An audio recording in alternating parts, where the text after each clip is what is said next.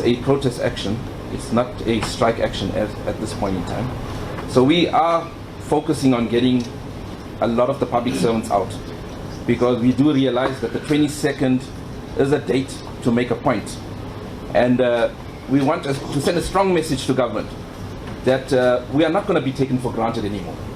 You know, the public servants have been at the forefront of the COVID pandemic, and they've stuck their necks out without an increase in the 2020 year, and when COVID was running through the world.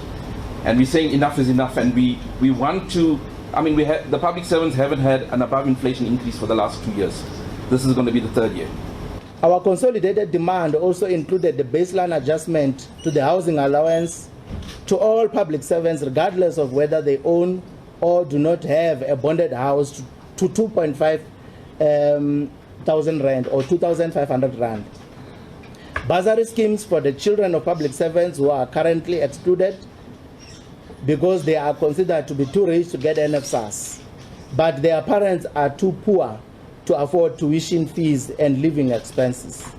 The list of consolidated demands also included access to pension fund before retirement and an encashment of kept leave, amongst others. To all of these demands, the government has refused to concede, and months since the negotiation started, we find ourselves at this point. Our view is that all public servants are the slaves of this government, and until such time the government give essential service workers essential salaries, we will not going to accept that. So we are going to mobilize all the public servants, including the essential services, to participate in this struggle of against the austerity.